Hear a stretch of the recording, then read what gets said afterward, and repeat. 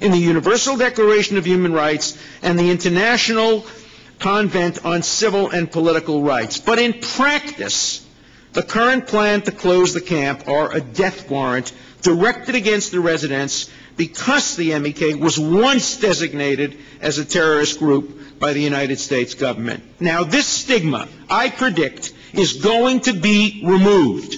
And it's going to be removed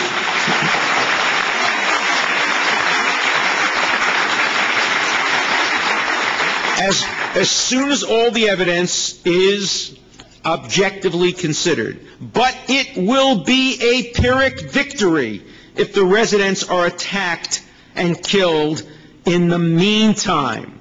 Despite its claim to be complying with law, the Iraqi government is actively hindering UN agencies from trying to help the residents relocate to safe places. And now they're trying a new ploy.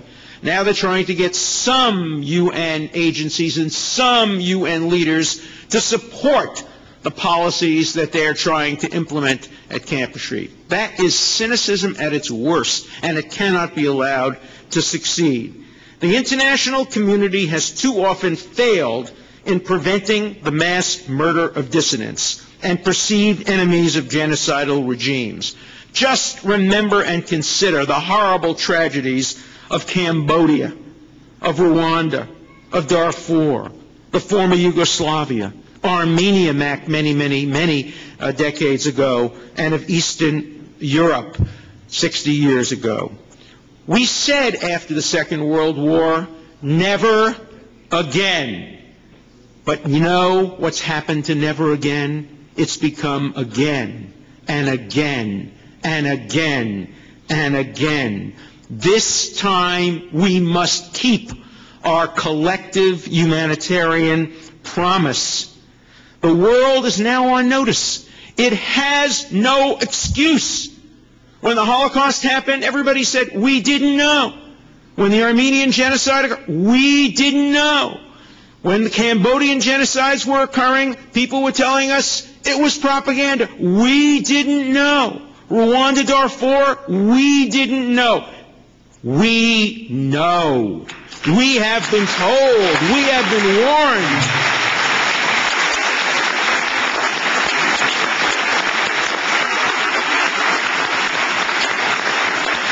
The world, the conscience of the world has been pricked. We know we are on notice. We must act now to protect these 3,400 vulnerable individuals. If we fail to do so, the blood of innocents will be on our collective hands. And there are specific life-saving steps our government can take immediately. You've heard some of them from our distinguished speakers. We should appoint a special envoy to lead the efforts to peacefully resolve this matter. We should call publicly on the Iraqi government to remove the December 31st deadline, and we should do that before Maliki comes to the United States. We should take the matter to the UN Security Council for a binding decision to prevent the human catastrophe, and we should do it immediately. The State Department should act immediately to eliminate this horrible excuse that's being used by the Iraqi regime by removing MEK from its list of foreign terrorist organizations. And the United States, we,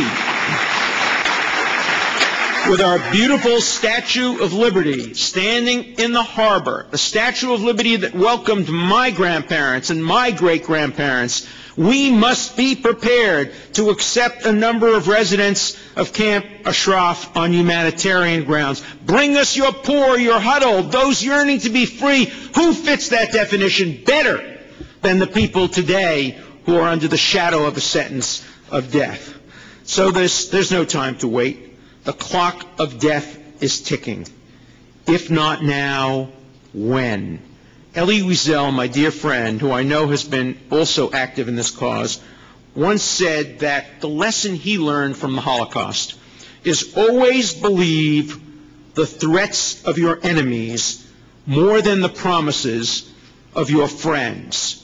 We must make that untrue. We, the American people, for all the reasons we've heard today, must finally keep our promise.